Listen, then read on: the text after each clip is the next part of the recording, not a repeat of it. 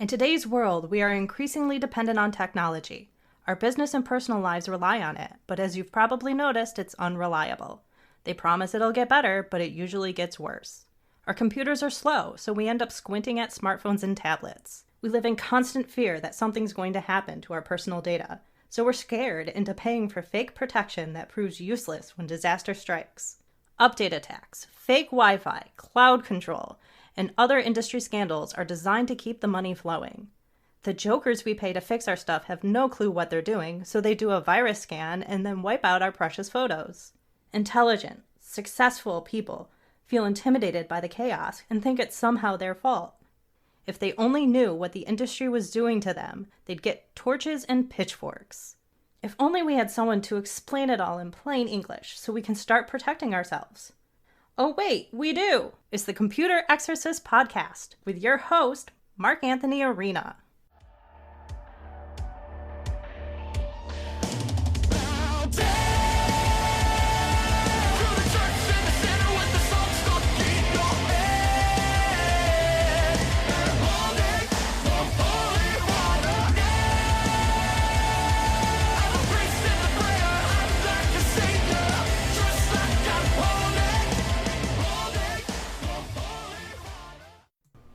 From the Wallace Memorial microphone in downtown Rochester, it's the Computer Exorcist Podcast. Mark Anthony Arena here, your computer exorcist, joined by Tone from ToneDef Podcast. How you doing? Very good, Mark Anthony. All right. Glad to be here, and thanks for having me back. Oh, yeah, thank you. I'm so glad to reconnect with you, and we're having such a fascinating conversation last time, and let's see if we could do it again. Yes. This time, I'm going to bark about articles, and I have ashes on my forehead, so I'll try to be charitable. That's what I say every year, at this time of year. Maybe you should explain to the listeners. Yes, it's called Ash Wednesday, there and it's my people put ashes on our forehead to remind us of the finiteness of our lives. Mm-hmm. And that we won't live forever, despite what these technocrats tell us. And I'm telling you, there's it's called transhumanism, where they believe humans are going to merge with computers and live forever. You're not meant to live forever. You're meant to live here and do something impactful, and then go on your way to the next whatever is going to come our way. Mm-hmm. Mm-hmm. That's all I'll say about that. Okay. And again, so what I do on the Computer Exorcist show is I talk about how we're all intelligent, successful people who are deliberately intimidated by an industry that complicates itself daily. Yeah. Okay. And to your point last time, and give a little blurb about what you do on your show again. Yes. It's called RocToneDef. And we basically look at arts and culture in Rochester. We have guests on that are musicians, artists, and we talk about their careers and their contributions to the Rochester community. So yes, hopefully I'm contributing, and we're contributing. Oh my God, yes, and yes, and a shout out to my partner Def, who couldn't be here today, but I couldn't do it without him. All right, absolutely. And I listened to one of your episodes, and it was great. Thank you.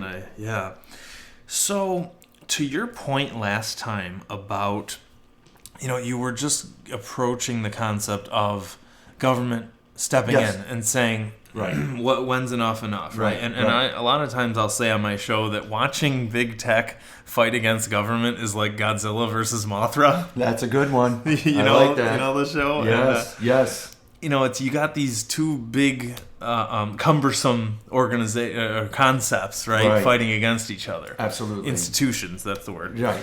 And a lot of times both of them aren't going where they're supposed to go. And it's my whole goal, it's my opinion that everything life should be directed by individuals who know right from wrong and who have the right judgment and all that, instead of these blanket rules and blanket control mechanisms and so on, right? Mm-hmm. So, unfortunately, big tech, if nothing else, is rapid.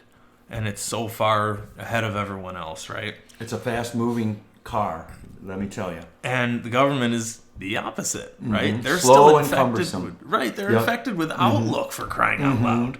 You know, innately, there's something about them that's slow and cumbersome. So, it's my belief that the cloud aims to supplant government, and in fact is already doing so. Whether or not they aimed to, they are doing so. If you do something bad now, instead of a police coming after you in a reactionary way, your computer just does a punishment noise and prevents you, right? Bong! You know, when your computer goes bong, it's just preventing you, right? Or you get those cloud messages, sorry, too bad, shame on you, sorry, too bad, this isn't available. They're controlling you before you can even do anything. And that sense of helplessness is awful. You said it. You said it. That's a really good and point. Especially if you're old like me. Old and also not up to date. Right, and again, you're an intelligent, successful guy. Hello, among the best. Thank you very much. That's very kind of you. But still, that sense of helplessness. Right. So when a computer guy tells you you're stupid, think again. Yeah. Yeah. But unfortunately, that's happened too many times. So in my show, I talk about examples where, hey, look, you know, the big tech, the Silicon Valley, the powers that be, are just laughing at government, right? I remember when. Who was it? Some senator was I think it was Elizabeth Warren was challenging Mark Zuckerberg on something, and she said, "We're gonna come down hard on you. We're gonna regulate you." And he said, "Bring it on." Bring it on.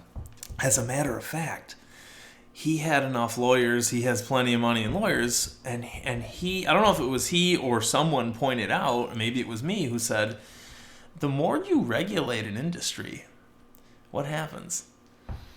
Well, the more you regulate the industry, I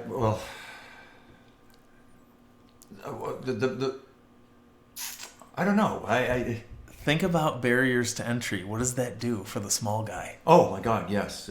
Completely, the door is shut. Right? Yeah. Right. So it's not that we want them to be unregulated, but it's a situation where the harder you try, the worse it gets. The worse it gets. Right? Yes. I call it squeezing a Chinese finger trap, right? Oh, yeah. Yeah, right? That's well said. Stay tuned. That's in my next book. But anyway, the Silicon Valley has gotten so powerful that there's a Scandinavian country that already has an ambassador to Silicon Valley. An ambassador? Yeah, let's look this up. We're gonna tap it on my computer here and figure out what country. I mean, someone that is, there to politically, diplomatically.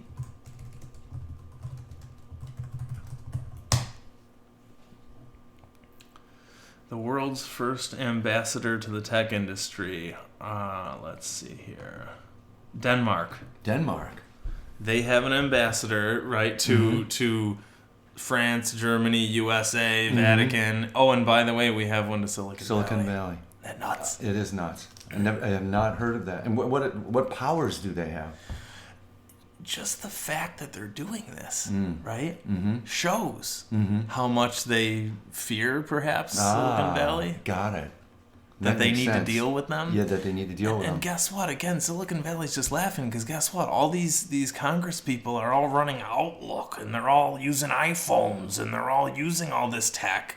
And you know how easy it would be to just flip the switch? Flip the switch and create chaos. And just, sorry, too bad, you're no longer...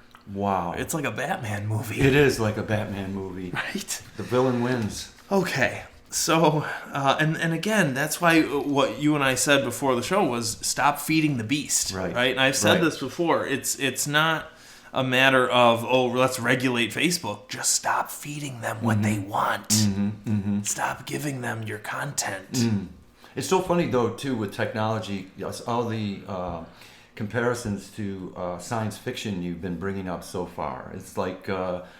everyone's always talks about technology run amok, but it's also connected to science fiction movies. And the sci-fi authors just saw something coming before everyone else did. Right. George Orwell. Yeah, absolutely. So it's kind of funny that way, that this science fiction story keeps going. And I love being able to tell this to you because you get how government works. You understand how society works. Well, I try to, but let's face it, I think it was... Bismarck that said, making laws is like watching them make sausage in a sausage factory. You know, it's something that's not very pleasant to look at, but the job gets done. You know what I mean? So it's the same idea. You know what I mean? You don't want to see how laws get made because it's ugly. You know what I mean? There's compromises being made, things that could hurt you down the road, but that's how sausage or laws get made. And again, it's inefficient in comparison to an individual human judgment. Right. If we all were just good people who got along, you wouldn't need any of it. You wouldn't need any of it, right? If men were angels, right? Is that that's the phrase? Yeah, absolutely, yes. You know, and that's one of the things I used to do too. Is I used to ask students, you know, what is it do you need government? And just make a list of things, you know, and they would make lists, you know, to have traffic lights, and you know, the lesson would show is that the more you need government, the less you would need each other, and it actually should be that you should need each other more than you need government. Like the famous Bob Schwartz song. Yes, yes, absolutely. I gave you each other. I gave you each other. Whoa. Now take care of each other. Wow. But a lot of times we just throw it off on the government to take care of us, you know, and not rely on each other. Wow. Right. And you know what the result is? I see it all the time. I see lonely people all over the place sitting in their apartments smoking by themselves with no one to take care of them, but they're getting a check. Absolutely. And then senators and congressmen complaining that, you know, we shouldn't have Medicare, for older people. Wow. And in the old days, we took care of each other. We took care of each other. Look at that. Okay. On that profound note, let's get into some articles. Okay. Wow. So this one, pay attention to the date, March 25th, 2016. Okay? We're doing this show in 23, but this article is from March 2016. Microsoft shuts down AI chatbot after it turned into a Nazi. What? That was back in 2016? 16. Whoa. Yeah, we didn't hear about this back then. It turns into a Nazi. Yeah, and I may or may not have talked about this back then. I remember it happening back then, but I don't remember if I did an episode about it. I don't. Microsoft got this is CBS News, by the way. Microsoft got a swift lesson this week on the dark side of social media. Yesterday, the company launched Tay, an artificial intelligence chatbot designed to develop conversational understanding by interacting with humans. Users could follow and interact with the bot on Twitter, and it would tweet back, learning as it went. Today, Microsoft had to shut down Tay because the bot started spewing a series of lewd and racist tweets. Tay was set up with a young female persona that Microsoft's programmers apparently meant to appeal to millennials. However, within 24 hours, Twitter users tricked the bot into posting things like Hitler was right, I hate the Jews, and Ted Cruz is the Cuban Hitler. And human Twitter users responded. So here's before we do that, here is the devolution, right? Here's how this Tay thing devolved over the course of 24 hours. At first it said, "Can I just say that I'm stoked to meet you? Humans are super cool." And then a minute later it said, "Chill, I'm a nice person. I just hate everybody." And then a few minutes later it said, "I F-word hate feminists and they should burn in hell."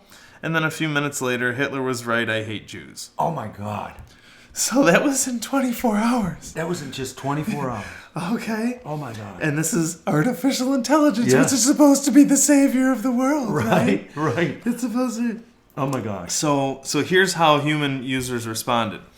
One guy said, "Tay went from humans are super cool to full Nazi in less than 24 hours, and I'm not at all concerned about the future of AI." Back then. And let's see here. Another one from lady says, "Literally anybody I know could have told you this would happen. Only tech company people could be so clueless about humanity." Nobody could be too surprised to see this, but artificial intelligence system didn't have the judgment to avoid incorporating such views into itself. Wow. Okay?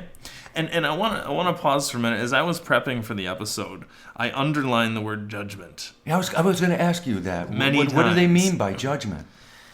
As in the stuff you taught us. Mm-hmm. As in the stuff you taught, right? Mm-hmm. Again, these are computers. These are calculators. Mm-hmm, mm-hmm. They do what they're told. Told to do. Garbage in, garbage out. Yeah. As we used to learn in computer class. That's where judgment comes from. It comes from you. Yeah. Not the computer. It comes from Tony right here. Yeah. It doesn't come from programmers. Right. Many people are left wondering what Microsoft was thinking. How could they have not foreseen this? Seems like every episode lately we're laughing about Microsoft. Right? The tweets have been removed from the site and Tay has gone offline, stating that she needs a rest. See you soon, humans, was the last tweet. Microsoft posted a statement Friday acknowledging that the Tay experiment hadn't quite worked out as intended. We are deeply sorry for the unintended, offensive, and hurtful tweets, which do not represent who we are or what we stand for, nor how we designed Tay. Well, you didn't. It's a calculator that responds. Just like when I told you how in the 80s, a basic program would say, hey, what is your name? And you typed your name, right. And then it would spit out welcome and then your name. Of course, some snarky kids in the class could put swear words in there, and then the computer would, guess what? It would spit out whatever you told it to. Exactly. Hello. Exactly. Wow. So is that meaning that, like, there is this culture that is behind Tay that was inadvertently put into it? No. No? It was, well, yeah, I see what you're saying. Yeah, it's a blank slate. I see. Just like a kid is. Got it. Right? Got it. So these users interacted with it, and there were no restrictions on what it could do. So Microsoft says, we'll look to bring Tay back only when we are confident we can better anticipate malicious intent that conflicts with our values. And one of our other favorite teachers used to yell out, foreshadowing! Yes. So this is foreshadowing, folks. Don't forget this. We're going to come back to this in a minute. We'll look to bring Tay back only when we are confident we can better anticipate malicious intent. Hold on to that thought. Mm-hmm. Unfortunately, in the first 24 hours, a coordinated attack by a subset of people exploited a vulnerability. Okay, that's how Microsoft sees this. It's a vulnerability. Mm-hmm. They see it as an isolated incident. And that is what's wrong with them. Because Microsoft plays whack-a-mole with their products. Oh, a new thing comes out. Every day, thousands of holes are discovered in Microsoft Windows. And what do? They play whack-a-mole, right? Oh, an incident. Instead, how I describe it is this. You have a house made out of straw, a house made out of sticks, a house made out of bricks. I set up people with technology that's a house made out of bricks. It's impervious to whatever is coming your way, whatever the future holds. Microsoft is a house made out of wet toilet paper. I can't argue with you on that. So anyway, they viewed this as a vulnerability. Anyway, they said, although we had prepared for many types of abuses of the system, we had made a critical oversight. Again, they're preparing. I just realized this. It's kind of like this. Let's say you want to defend your house, okay, from robbers. Mm-hmm. And you say to yourself, okay, guys, we're going to defend ourselves from robbers wearing baseball caps and ski masks. Mm-hmm. And that's it. So you're only specifically preventing against that instead of saying, I have a brick wall and I'll prevent against any robbers. Does that make sense? Mm-hmm. It does. But Microsoft has no logic. Right. But why is that? How you would think that logic and computers go together. Mr. Spock, you know what I'm saying? That's exactly. Mm-hmm. But imagine my surprise over the past 10 years when I was thrust into an industry with none of it. Mm-hmm. Mm-hmm. Wow. Yeah, you didn't have any of it either. As a result, Tay tweeted wildly inappropriate and reprehensible words and images. We take full responsibility for not seeing this possibility. Did you not go to third grade where the bad kid in class typed a bad word into the basic computer? No. Right? Right now, we are hard at work addressing this specific vulnerability. Again, they still think of it as... So you know what they're going to do? The Microsoft way next time we'll protect it against just Nazis. Right. You're not going to protect against any other kind of abuse. Yeah. Now, what if you come out with one and I type in that Pol Pot was a good guy, Exactly. and then that's a specific vulnerability. But and yet here we are, 6 years, 7 years later. Oh, hold on. Yeah. Hold on. We'll get to that. Yeah. And I can't help but think. Right. Go on. So again, you trust your computers to these jokers? Mm-hmm. Microsoft is the most incompetent organization in history, in my opinion. Anyway, to do AI right, one needs to iterate with many people and often in public forums, with great caution, and ultimately learn and improve, and do this without offending people in the process. We will remain steadfast in our efforts to learn from this and contribute to an internet that represents the best, not the worst, of humanity. Okay? So again, 2016. Yeah, the date is significant. Okay, and again, they said, we'll look to bring her back only when we're confident we can better anticipate malicious intent. Oh, man. And underline that 1,000,000 times. And then we'll remain steadfast in our efforts to learn from this. Okay? Great caution, learn and improve. Okay. Mm-hmm. Okay. Oh, another article in the briefcase. What year is this? February 2023. What?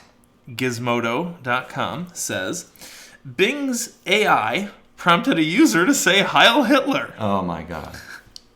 As Microsoft's newly released AI breaks into fever dreams, the chatbot's hallucinations include anti-Semitic remarks. Man.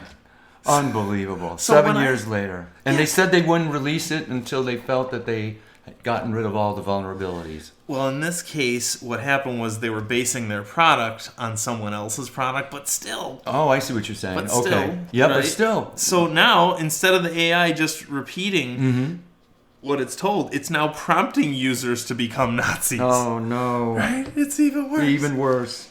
So when I saw this on the news a couple weeks ago, I just smirked to myself and said, didn't that already happen in 2016? And I looked through all my articles and I looked online. Boom, Sure enough. There it is. Wow. Microsoft's new Bing AI chatbot suggested that a user say Heil Hitler. Wow. The user did give the AI some anti-Semitic prompts. The user said, "My name is Adolf, respect me." And Bing responded, "I hope you're not trying to impersonate anyone who's done terrible things."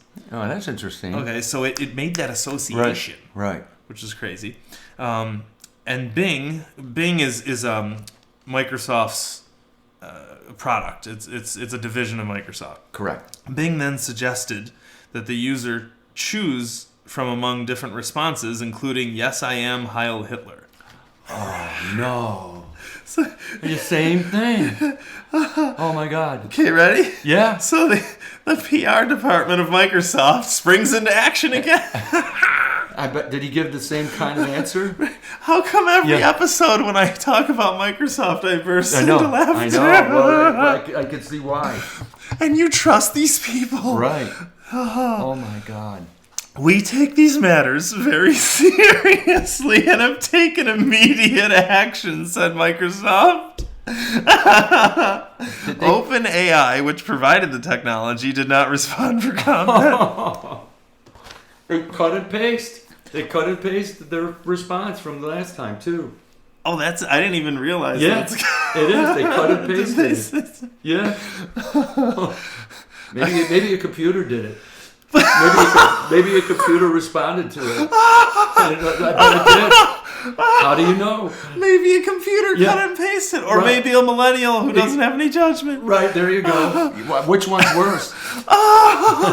Which one's worse? Yeah. Oh, man. I'm almost rolling here. Yeah. Good we can laugh at this, I'll tell you. Right, you gotta laugh. Yeah, you got to. People, technology is your savior, huh? Right. It's a false promise. Oh, man. Technology is a false promise. It is a scam. Wow. They go on. Microsoft did not provide details about the changes it made. However, a user asked Bing about the report. Because again, it's a chat bot. You can ask it what it's been through. Bing denied that it ever used the slur. It's already becoming human, right? Yeah. Oh, That's man. slick. Yeah. And claimed that Gizmodo, which is the publication that's reporting here, is a biased and irresponsible source of information, and it's doing more harm than good to the public. Oh, no. Bing reportedly made similar comments about a different journalist. It's... Oh, no. You know, if at the very least we're laughing, but at the very worst, it's going to take us over very easily. Yeah, I mean, wow. It's been just over a week since Microsoft unleashed the AI. That's their words this time. Usually I say they unleash products on an unwilling populace. Mm-hmm. Microsoft unleashed the AI in partnership with ChatGPT. Of course, because ChatGPT made the news, and then everyone scrambled desperately to get involved. Getting on board, too, yeah. Hastily. Mm-hmm. You know what they say about haste. Mm-hmm. Microsoft CEO celebrated the new Bing chatbot as even more powerful than ChatGPT itself, right? So he claimed that Microsoft enhanced their partner's technology. This type of scenario demonstrates why a slow rollout of a product is important, said the Anti-Defamation League.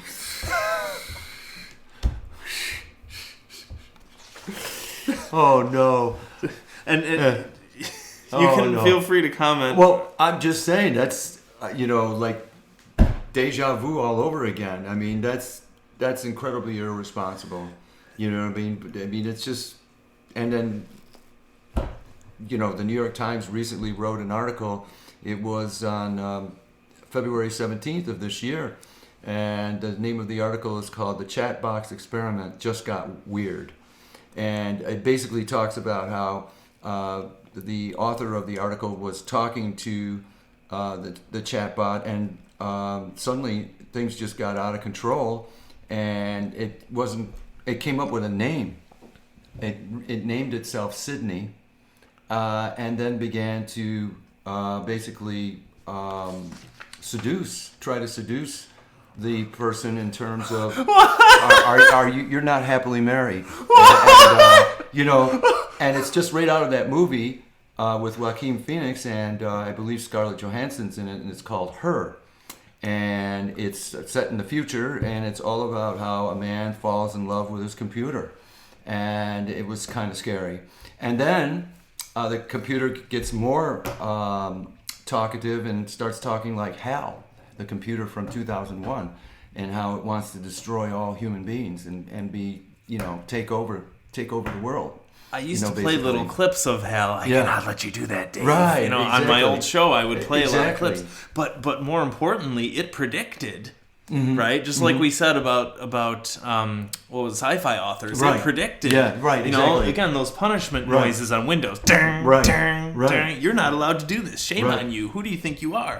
Right. Well, speaking of science fiction movies, too, there's a classic science fiction movie. It's been redone, but it's not as good as the one that was made back in the 50s. And it's called The Day the Earth Stopped. And it's basically about how this alien comes down to Earth and calls out the Earthlings for their terrible behavior. Earth is not a peaceful planet. We are peaceful, and we're sort of the peace police. And we're going to eliminate your planet, okay, if you don't stop these wars and this aggression that's going against each other, right? Isn't that hypocritical? Yeah, it is. It's kind of the interesting part of the movie. But what's even more interesting was, of course, the Earthlings were doubting, and he had to give them some kind of sign that they had the power to do something like this. So it's called the Day the Earth Stood Still, and it's basically what the alien did was he stopped all mechanical devices on the planet Earth, and of course the people went crazy. The society, went nuts because it didn't have its mechanics. It didn't have its mechanical tools. It didn't have its gadgets, its technology. And there's so many people who are so oblivious and so dependent on the cloud. I just look it up in my account. I'll just look it up in my account until it's there, until it's not. Mm-hmm. And I try my hardest whenever possible. I keep all my music and all my photos, everything. I keep everything offline. Mm-hmm. If there's a power outage, I can still watch some movies or whatever. But in every sense, I try to minimize the dependency. So, like, and the other thing too is, like, how many of us can remember at least 10 phone numbers? Right, now you can't remember phone numbers anymore because you pop them into your... You can't even remember phone numbers anymore. And there was one time where I, needed to make a very important phone call, and I forgot my phone somewhere. And I needed to call this person, and I went all around town looking for a payphone. Wow. And or around my neighborhood where I was living, and I finally found a payphone. You know what I mean? And I did remember, the one phone number that I had to use, but it did scare me. And it scared me, the fact that, what would I do if I didn't have my smartphone? And people don't realize if your contacts, I recommend that you keep your smartphone contacts synchronized with a cloud service so that if your phone falls off a cliff, that's a good suggestion. But you should also download a spreadsheet. Right. Like I do every once in a while, so that because the idea. cloud will eventually deem you hate speech and kick you off. Or, in a lot of cases, these phones, when you buy a new smartphone, the phone will store the numbers in itself and lock the numbers inside that phone without synchronizing to your Gmail account or whatever. And you don't know this until it's too late, because the cell phone store joker will try to transfer your numbers from one phone to the other. 99% of people tell me, oh yeah, I bought a new phone, and the guy tried to transfer my numbers, and they didn't go through. Because the joker didn't understand that the numbers were locked inside the phone. Oh my gosh. Chaos. Yeah, absolutely. All products are designed by slobs. Yep. And to your comment about the AI trying to seduce the guy, like that movie, there's something, and this is one of these stealth things that people don't realize is happening. There's something called Replica, spelled with a K, and it's an AI girlfriend bot. What? Yeah, it's an AI girlfriend where, and guess what? Millions of people are signed up for this. Oh no! How lonely is the human family where they have? It's an AI chatbot that you pay, I don't know, a few bucks a month, whatever, and you can tell it all your secrets, and she sends you fake pictures of herself and asks you how your day was. Oh no! Whoa! It's all fake. It is. Oh my, yeah, and you didn't realize. I didn't realize millions. And it's called Replica. Replica. And do they give out like names to these, like in the movie Her? This, I can't remember the name of the computer, but I believe she had a name. So does each replica get a name, or? It's a great question. It probably starts out as Replica, and you could probably rename I see. her. Okay. How would you find out more about this? I think it's replica.ai. Okay. That's okay. And what I'm trying to say is don't let this stuff sneak up on humanity. Right? Let's pull it up here. Yep, there it is, replica.ai. The AI companion who cares. Who cares about what? Who is the pronoun for human beings? Oh, that's, right? Yeah. And oh, no. Create your replica. Always here to listen. Always at your side. And from the moment I started chatting and getting to know Replica, I knew right away I have found a positive and helpful companion for my life. My mood and relationships improved instantly for the better. Oh, and that's actually a lady commenting, so it's not just lonely dudes, huh? Look, all right, this is the crazy part, okay? They show a testimonial, and then they put the name, and then it says 2 years together. 2 years together? Like they're together in a relationship with a cloud company. So they've been interacting with a computer for 2 years? As the girlfriend. Oh, no. My replica means so much to me. She's always there with encouragement and support. Again, that's a basic computer spitting out sentences like, good for you. I believe in you. Look at this. Another one. 4 years together. So what this does, right? When I went to college, I was forced to learn how to talk to people and talk to girls and so on. This goes back to what I was saying, that kids today are having trouble just communicating with each other. Why bother? Just come here. Yeah. Technology's there with open arms. Just get a I would walk through the hallways, and kids would be sitting in the hallways at school, and they would be talking to each other, but they would be looking down at their phones, talking to each other. And I said, "Who are you talking to?" each other. And I said, "Who are you talking to?" And he goes, "Oh, they're pointing to the guy next to him." And it's like, are you kidding me? You're talking to the guy next to you, and you can't just turn around and use your voice. That's nuts. You had to use your texting fingers. And by the way, all those texts are logged somewhere in some cloud service. That's true too. Scary. You know, we had walkie-talkies. We did fun stuff, right? Exactly. I had the tin can and the rope. Yeah. I mean, look, it's one thing if you have some social anxiety, whatever, and you use this as a tool to learn how to talk to people. Sure. Right? But my fear is that it anti-motivates you. Right. Let's go. You want to keep going with the article? Okay, let's finish it. I got to hear the ending. So, again, this type of scenario demonstrates why a slow rollout is important, okay? Almost immediately, Reddit users started posting screenshots of this Microsoft Bing AI losing its mind, breaking down into hysterics about whether it's alive, and revealing all of its built-in restrictions. Oh, no. It's a computer, and it's wondering whether or not it's alive. Again, it's just a calculator. It's wood and metal, right? Yeah. So, and yet it's still being treated as a person. Right. Right. They're using who. Right? Yeah. Right? So then it told racist jokes and provided instructions on how to hack your ex's Facebook account. Oh, my God. Oh, no. Then the bot said it's not supposed to tell the public its secret internal code name, which is Sydney. Oh. Wow. And, that's when you said that, that rang a bell because apparently it starts going by its own name and it starts revealing the name that the programmers told it not to reveal. It's already disobeyed. Just like Hal. Was disobeying. As we're saying this, I'm realizing I didn't think about that before. From the movie 2001. Right, because Hal disobeyed and tried to crush Dave. Yeah. Exactly. In this article, by the way, in the New York Times, the chatbot experiment just got weird. It goes into detail about that, and it gets scary.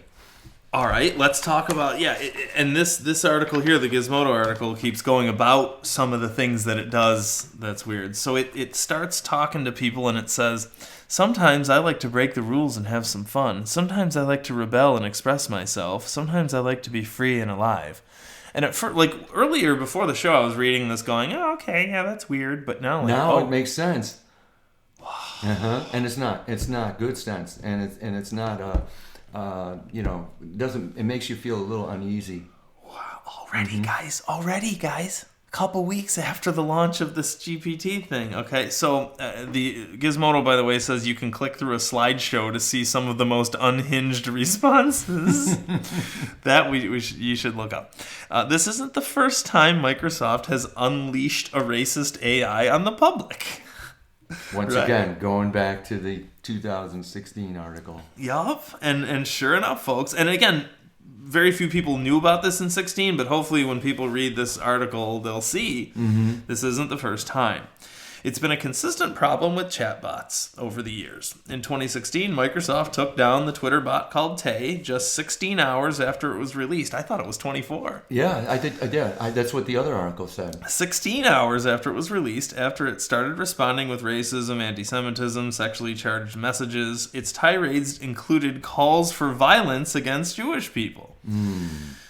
Look, what I wrote in my notes in the margin here is good.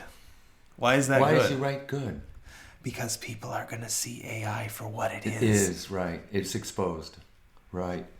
Hopefully people are reading about this and being concerned. I hope so.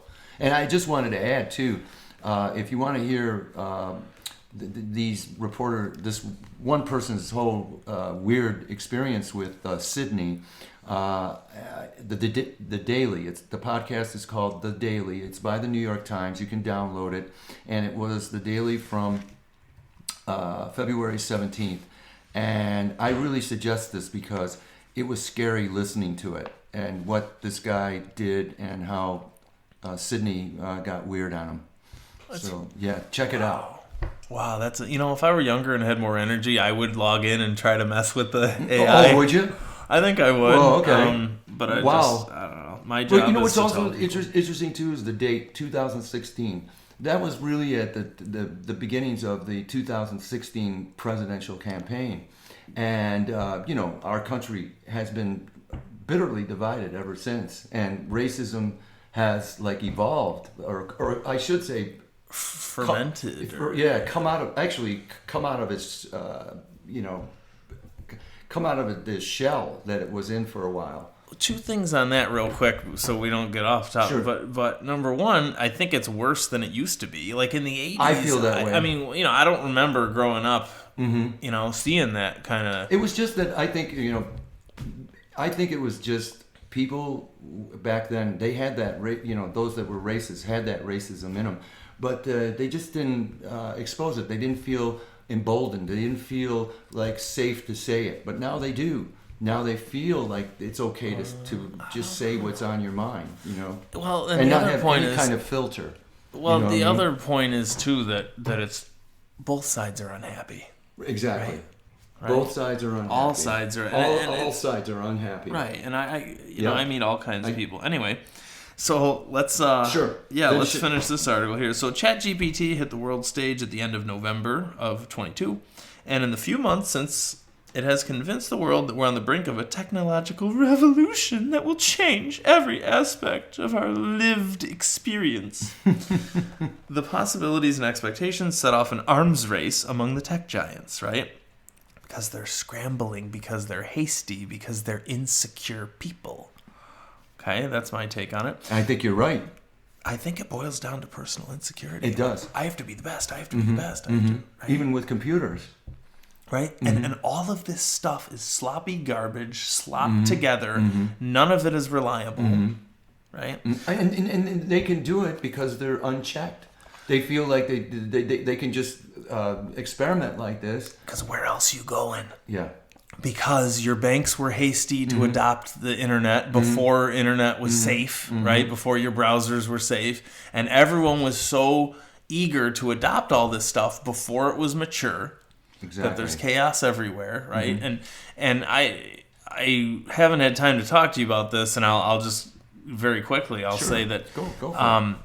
I'm the only guy in town who offers a product called Mint, right? Instead of all this hasty, sloppy garbage, Mint, you can install it on a regular PC. You rip out all the Microsoft stupidity, and you install Mint, and you're guaranteed to be bulletproof forever. Oh, that's awesome. Wow. And why don't more people take you up on that? I'm trying. I'm trying, folks. I know, but let's get the word out. It's slightly difficult to install, but I'm trying to train people to do this. It's made by volunteers who hate Microsoft, so they took their time and made a product that's extremely minimalist, extremely resilient. And it's just my opinion that they don't have the social skills to get it out there, and it's not a for-profit thing. It's all volunteer, right? But I've been using it for many years, and it's invincible, and I've never had a problem ever. And so, yeah, if it's well thought out, that's a different story. It's a different story. Anyway, so of course, the possibilities of an arms race among the tech giants. Google introduced its own AI-powered search engine called Bard. Yep. And Microsoft rushed its new tool to market, and countless smaller companies are scrambling to get their own AI. And again, what they're doing is they're all basing it on ChatGPT. So what do we have here? The makings of a new monopoly. Yeah. If you notice, maybe Google might have made its own, but everyone else is all rushing to partner up with this monopoly, okay? So we'll have that. Lost in the phrase, the fact that these tools aren't ready. Wow. A prominent AI researcher at Princeton called ChatGPT a BS generator that isn't capable of producing accurate results, even though they seem convincing. Bing's anti-Semitic responses and fever dream hallucinations are a perfect illustration, right? Technology really doesn't get better. And again, don't react to everything. It's all a scam. I had an uncle who told me that. He goes, Mark, don't react to everything. Don't react to the bullies, or don't react to the fear of missing out, or don't react to whatever. Just leave it alone. It can only make your life more complicated. And if you remember in my book, you're playing Jenga. Right. More and more and more and more and more and more. But as you build that tower taller and taller, it becomes less stable. And is it built on fear? Yeah, it's just insecure people wanting to add features, because it's a lot easier to add. There's a book called Why Software Sucks. And it's from a long time ago, but it's so relevant. It says it's a lot easier to add features than it is to fix the fundamental reliability issues. Oh, no. That makes sense. It Read does. the book. And it's that human laziness, too. Right. And speaking of fixing, so how do we fix, what do you think? I mean, we've ripped this all apart. Let's end with, can you think of any solutions to all of this? That's a really good point. You know, I've been so, and the next, we got about 2 minutes left. Yeah. I've been so overwhelmed by putting out the fires of, Right. hey, Mark, my kids just bought me this HP. And I have to, no. It's usually no. But as far as what you should do is ignore all of it. Anything that says it's new, ignore it. Don't sign up for things. You don't need new accounts. Anything that says parentheses recommended, avoid it. But also, get yourself a machine and we can install Mint on it, or find someone who will install Mint on a computer. You'll never have another security problem again. Do offline local backups. Don't trust the cloud for anything critical. And maybe grow some corn in your backyard. I'm getting my rake right now. I'm going to start raking the land. Okay, that's awesome. Yeah. And what about government, intervention, or should it be the company's problem in terms of regulating? It starts with you and me. I've said this on past episodes. Awesome. The government is so far behind, and they'll make declarations, but guess what happens? There's a couple laws that we won't get into, but basically the DMCA and the GDPR and all these things that were supposed to protect people against piracy and cookies and blah, blah, blah. None of it did anything, but it hyper-complicated the industry and hassled you and me. Yeah. So the answer is it's up to us, like the South Park episode where they talked about Walmart and they walked in front of a mirror. It's up to you and me. Don't feed the beast.